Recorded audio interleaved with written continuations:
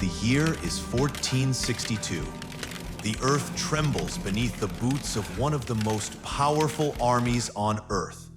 At its head rides Sultan Mehmed the Second, the conqueror of Constantinople, master of an empire that stretches across 3 continents.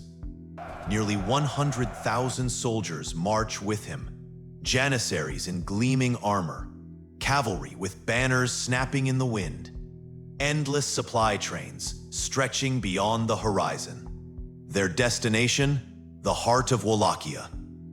Their mission, to crush a single defiant prince who dared defy the Sultan's will. But as the vanguard of the great army clears the final tree line before the capital city, a strange and sudden silence falls.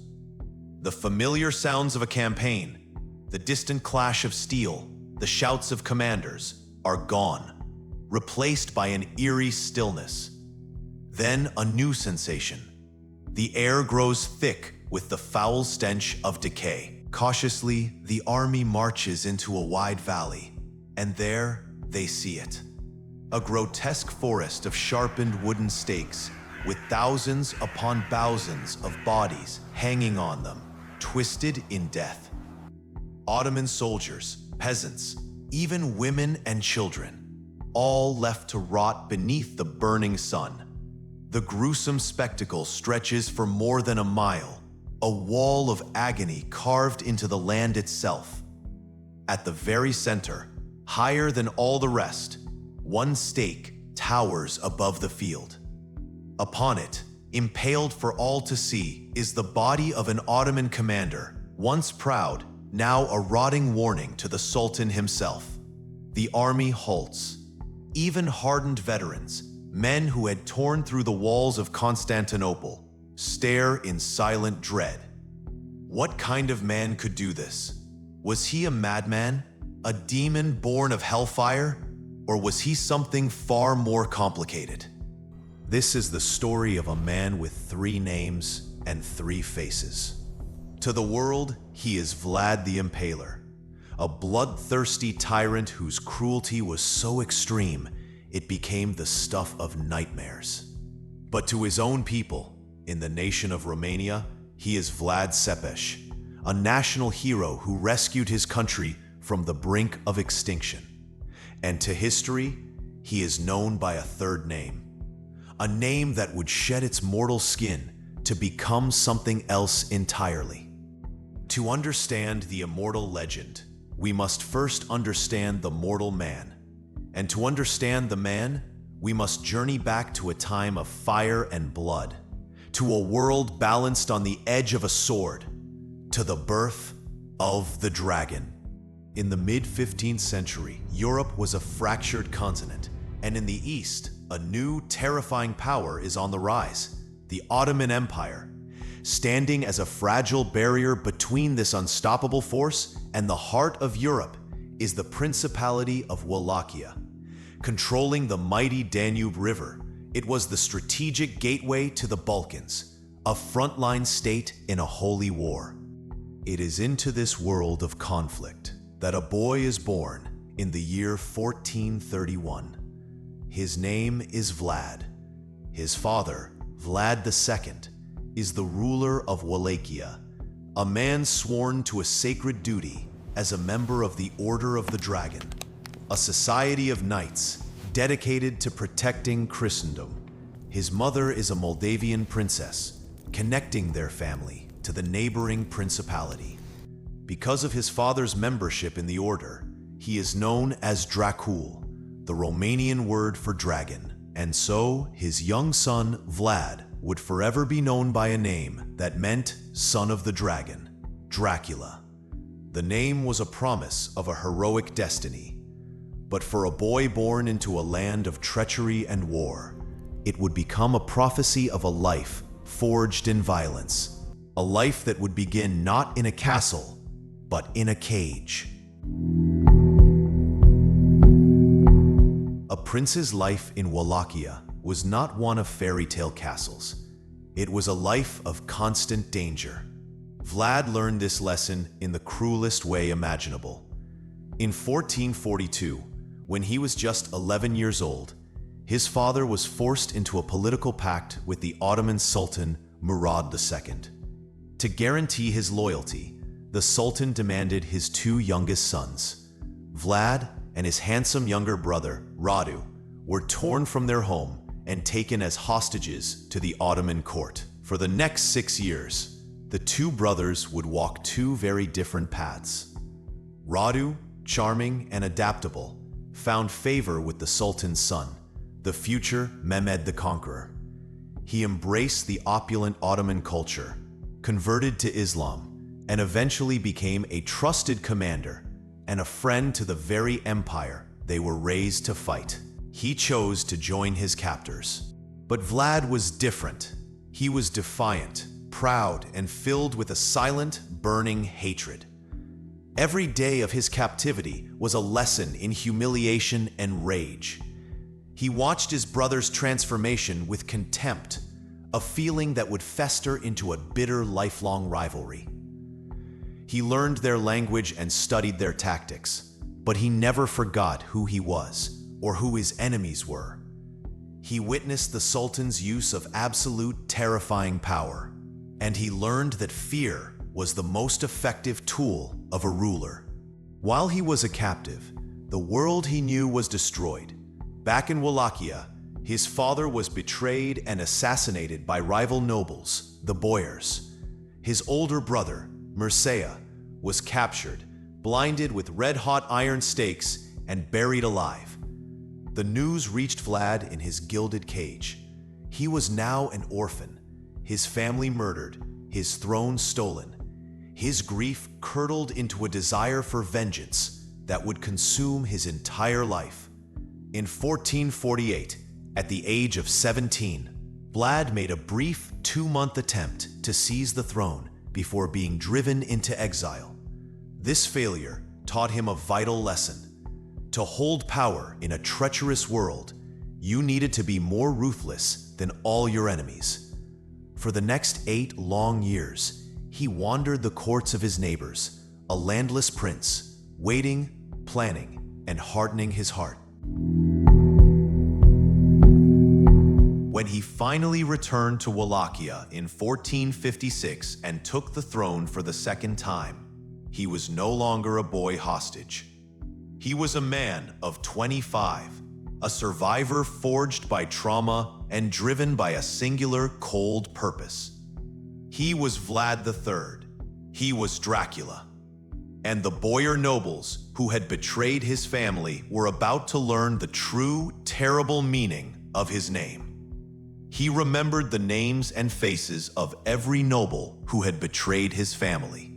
He knew that to rule Wallachia, he had to break their power, to shatter their arrogance, to wipe their treacherous bloodlines from the earth. He waited patiently for the perfect moment. That moment came on Easter Sunday, the most holy of Christian holidays. Vlad invited all the Boyar families to his court for a grand feast. Hundreds of them came, dressed in their finest silks and velvets, arrogant and unsuspecting. They ate his food and drank his wine, believing this was a gesture of reconciliation from their new young prince. When the feast was over, Vlad stood before them. His expression was not one of celebration, but of cold, reptilian fury. He asked them, one by one, how many princes they had seen rule in their lifetimes. Some proudly boasted of having seen 7, 8, or even 9 princes come and go, a testament to their own power to make and unmake kings. It was the answer he was waiting for. He accused them of being the source of the kingdom's instability, of murdering his father and brother, of selling their country to the highest bidder. His soldiers surrounded the hall. The doors were barred. There was no escape. What happened next became a legend of horror. Vlad had the older nobles, the ones who had proudly proclaimed their treason, rounded up. They were taken outside the city walls and impaled on sharp wooden stakes, their dying agonies a message to any who would dare defy him. The younger, healthier nobles and their families were chained together and forced into slave labor. They were marched miles into the mountains to rebuild an old, ruined castle, which would become his personal fortress, Poenari Castle. They worked until the fine clothes rotted from their bodies and they dropped dead from exhaustion. In a single, brutal act of calculated cruelty, Vlad had broken the back of the noble class. This was the beginning of his rule of fear, but it was not a rule of chaos. It was a rule of absolute, terrifying order. Vlad was determined to forge a new Wallachia, a kingdom free of crime and corruption. His methods were extreme, but they were undeniably effective. Thieves, liars, and lazy workers were all put to the stake. His reputation for merciless justice became legendary. The most famous story is that of the Golden Cup. In the central square of his capital, Târgoviște, Vlad placed a magnificent cup made of solid gold, from which anyone could drink from the nearby fountain. The cup was left there, unguarded, for his entire reign. In a land once rife with thieves, in a time of great poverty, the golden cup was never touched. The people were so terrified of the punishment for stealing it that they chose to live in perfect, fear-induced honesty. With his kingdom now silenced into absolute obedience, and his domestic enemies either dead or broken, Vlad Dracula could finally turn his attention to the other great enemy from his past, the one whose power and influence still loomed over his lands, the Ottoman Empire. For years, Wallachia had been a vassal state to the Ottoman Empire, forced to pay a humiliating annual tribute, the jizya, to the Sultan. It was a symbol of submission that Vlad, the son of the dragon, could no longer tolerate. The moment of defiance was as theatrical as it was brutal. The new Sultan, Mehmed the Second, the man who had conquered the unconquerable city of Constantinople, sent envoys to Vlad's court to demand the overdue payment. When the turbaned diplomats entered his hall, they refused to remove their headwear, citing religious custom. Vlad, seeing this as a sign of profound disrespect, smiled coldly. He told them he wished to help strengthen their customs. He then ordered his guards to seize the envoys and nail their turbans to their heads with 3 iron spikes each. As they were dragged away screaming, his message to the most powerful man in the world was clear. The son of the dragon would no longer bow. This was a declaration of war. Sultan Mehmed, the conqueror of empires, was enraged. He would not just defeat this impudent prince, he would erase him from the earth. He also had a secret weapon, Vlad's own brother, Radu, who was still a favorite in the Ottoman court. The Sultan's plan was not just to conquer Wallachia, but to replace the defiant Vlad with his handsome, more compliant younger brother. In the spring of 1462, Mehmed gathered a colossal army. The Sultan himself marched at its head, expecting to crush Wallachia in a matter of weeks. As the massive Ottoman army crossed the Danube, they found a land that seemed abandoned by God. Vlad had implemented a scorched earth policy. The fields were burned, the wells poisoned, and the villages empty. This strategy, while militarily effective, brought immense suffering to his own peasant population. The vast Ottoman army began to starve. Disease spread through their ranks. Small, elite units of Wallachian cavalry would strike the Turkish columns at night, appearing out of the darkness like ghosts, killing without mercy, and vanishing before the Ottomans could even mount a defense. Vlad's tactics were slowly bleeding the larger army, but his most audacious move was the night attack, where he personally led an assault on the Sultan's camp to assassinate him. Though he failed to kill the Sultan, he shattered the morale of the Ottoman army. Shaken but determined, Sultan Mehmed pushed on towards Vlad's capital, Targoviste. As his army approached, they were met by a chilling silence and a horrifying smell of death. They marched into a wide valley, and there they saw it. It was not a battlefield. It was a forest of the dead. According to historical accounts, for over a mile, the valley was filled with thousands upon thousands of tall, sharpened stakes. Estimates of the number range up to 20,000. There were Turkish soldiers captured in earlier raids, but also, some sources claim, civilians, all left to die in silent, screaming agony. At the center, on the highest stake of all, was the decaying body of an Ottoman commander. This was Vlad's masterpiece of terror. It was meant to break the mind of his enemy, and it worked. Even Sultan Mehmed, the conqueror of the world, was shaken to his core. He stared at the gruesome spectacle for a long time before admitting that he could not win a war against a man who could do such things. He turned his massive army around, and he retreated from Wallachia. Vlad Dracula, the son of the dragon, had defeated the most powerful army on Earth. He had saved his country, but he had done it by unleashing a horror so profound it would stain his name for all time. He had proven himself a hero to his people, and in the same breath, a monster to the world. Vlad Dracula had won an impossible victory. He had stared into the eyes of the world's most powerful empire and made it blink.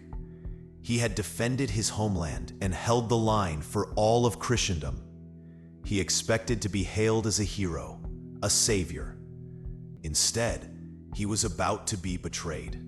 His greatest threat would come not from the south, from his Ottoman enemies, but from the north, from his supposed Christian allies. Matthias Corvinus, the celebrated king of Hungary, was Vlad's most powerful supporter. He had received a vast sum of money from the Pope to fund a great crusade against the Ottomans. A crusade that Vlad was supposed to lead the charge for. But the Hungarian king had other plans for that money. He had no intention of starting a costly war. Vlad's stunning victory was a problem. It was an embarrassment. It exposed the Hungarian king's inaction and put pressure on him to actually fight. So the king devised a plan not to aid Vlad, but to eliminate him. He marched his army south, not to attack the Ottomans, but to arrest the very man who had just defeated them. To justify this treachery, the Hungarian king launched one of the most successful smear campaigns in history. He needed to turn Vlad from a Christian hero into a demonic monster that needed to be put down. He used forged letters to accuse Vlad of secretly plotting with the Ottoman Sultan. But his most powerful weapon was a new and revolutionary technology. In the German-speaking lands, printers began to mass-produce pamphlets, sensational stories filled with gruesome, exaggerated tales of Vlad's cruelty. These pamphlets were the viral news of the 15th century. They described in lurid detail how he roasted children and forced their mothers to eat them, how he dined amongst his impaled victims, dipping his bread in their blood. Some of these stories may have had a grain of truth, but many were pure fiction, propaganda designed to dehumanize him. It worked. The image of Vlad the Impaler, the blood-drinking devil, the Wittrick, was born. While his name was being blackened across Europe, Vlad, unaware of the trap, rode to meet his Hungarian ally. He was promptly arrested and dragged in chains to the Hungarian capital of Buda. The hero who had saved his country was now a political prisoner. He would spend the next 12 years in captivity. The fearsome dragon was caged, but even as a prisoner, his legend grew. Stories, perhaps spread by the king himself to justify his actions, trickled out of the prison. They told of a man whose cruelty was so ingrained that even without a kingdom to rule, he found ways to practice it. It was said he would spend his days catching rats and birds, torturing them, and impaling their tiny bodies on little wooden stakes all around his cell. The son of the dragon was gone from the world, but the monster was taking on a life of its own. He was no longer a man, but a dark bedtime story told across a continent. And yet, his story was not over. After 12 long years, the political winds of Eastern Europe shifted once more. The King of Hungary, now facing a renewed Ottoman threat, needed a fearsome and experienced warrior to place back on the Wallachian throne. He needed a dragon, and so he decided to set his most famous prisoner free. In 1476, after 12 long years as a captive, Vlad Dracula was a free man. He was now a man in his mid-40s, his youth gone, his face hardened by years of confinement. The world had changed. His great enemy, Sultan Mehmed, was still on the throne. His brother Radu, who had sided with the Ottomans, was dead. And his beloved Wallachia was once again a puppet state of the Ottoman Empire. The King of Hungary, seeing an opportunity, now backed his former prisoner to retake the Wallachian throne, hoping to place a fearsome bulldog back on the Ottoman border. For the third and final time, Vlad marched into Wallachia. The ruling prince fled without a fight, and the son of the dragon was once again the ruler of his homeland. But this was not a triumphant return. His army was small, his support was fragile, and his enemies were everywhere. His final reign lasted less than 2 months. The end came in the winter of 1476. A large Ottoman army advanced into Wallachia, and Vlad rode out to meet them for one last battle. What happened next is shrouded in the mists of history, as historians still debate the details. One chronicle claims he was overwhelmed by the sheer number of Turks and was cut down fighting. Another, more tragic account suggests that in the confusion of a foggy battle, he was accidentally killed by his own men, who mistook him for a Turkish commander. And a third version whispers that he was assassinated, a final act of betrayal by the boyar nobles who had always hated and feared him. The only detail upon which all sources agree is what happened next.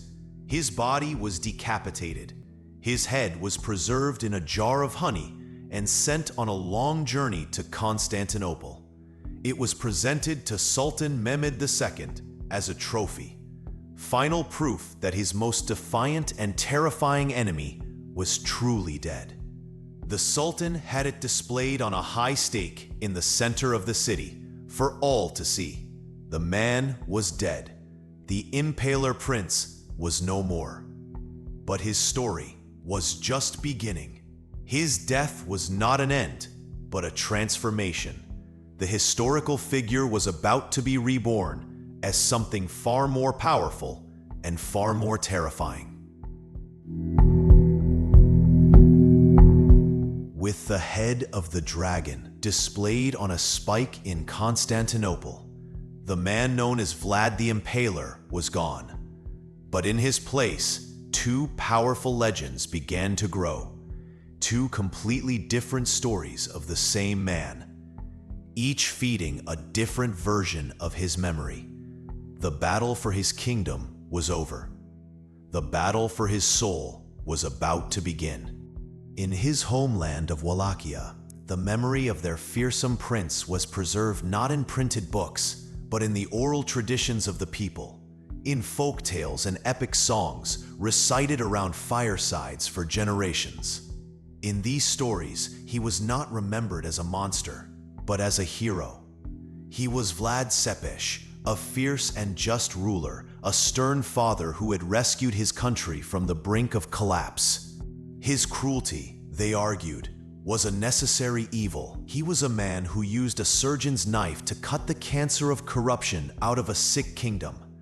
They remembered that before his reign, the boyar nobles ran wild and thieves plagued the roads. During his reign, there was order. He was the dragon who had protected the small Christian nation from being swallowed by the massive Ottoman Empire. To the Romanians, he was a dark savior, a cruel but necessary storm that had washed their country clean.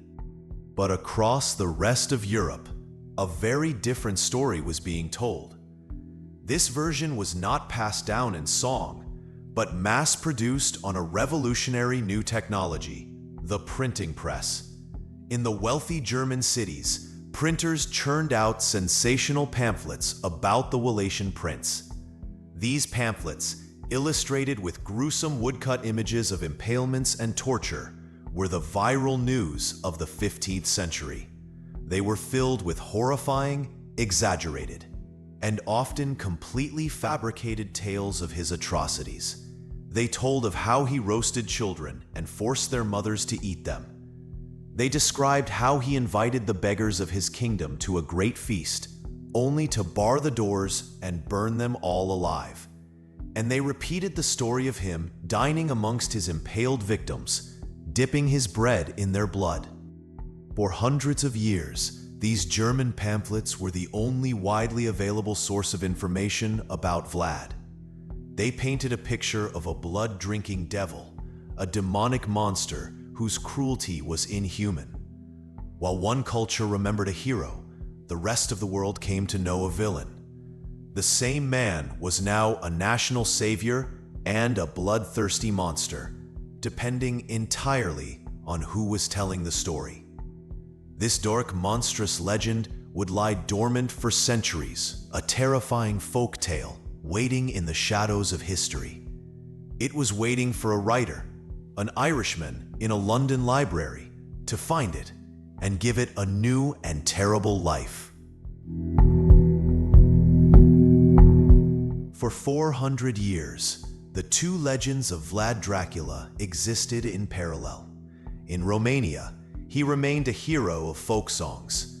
In the West, he was a half-forgotten historical monster, a footnote in the bloody history of the 15th century.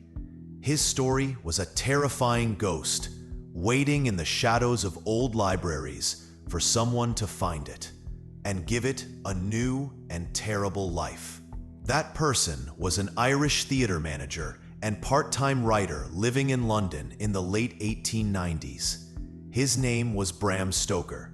Stoker was fascinated by European folklore and the dark, Gothic tales of the supernatural. He had an idea for a new novel, a story about an evil, aristocratic vampire. His original plan was to set the story in Austria, and his villain was to be named Count Vampire. The story was generic. It lacked a certain spark, a historical weight. While researching in a London library, Stoker came across an old history book about Eastern Europe. In it, he found a short passage about a 15th century Wallachian prince who fought against the Turks. The prince was known for his incredible cruelty, for impaling his enemies by the thousands. His name was Dracula. It was the spark Stoker had been looking for. The name itself was perfect. It sounded dark, powerful, and mysterious. And the historical accounts of this prince's cruelty, drawn from the old German pamphlets, provided the perfect backstory for his fictional villain. Stoker realized that a vampire who was once a real human monster would be far more terrifying than a simple creature of folklore.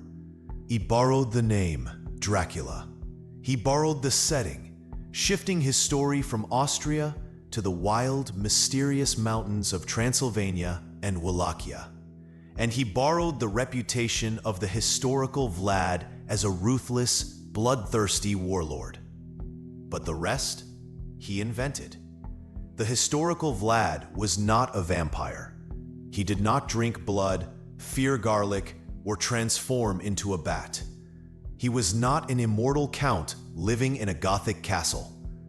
He was a mortal man, a brutal medieval prince who fought and died for his kingdom. But Bram Stoker, in his genius, took the cold, hard facts of a man's life and wove them into the fabric of a supernatural nightmare. He fused the historical monster with the folklore of the undead. In 1897, the novel Dracula was published. It was not an instant bestseller, but over time, its power grew. With the dawn of cinema, the image of the caped aristocratic vampire became a global icon. The name Dracula was now known in every corner of the world. And so, the transformation was complete. The son of the dragon, the Christian knight who fought the Ottomans, was gone. The Impaler prince, the ruthless ruler who brought a terrifying order to his kingdom, was forgotten. Both the hero and the monster were consumed by a new, more powerful legend. The historical Vlad III died in the winter of 1476, but in his place, Count Dracula was born, destined to live forever as the immortal king of the undead, a dark prince for all time.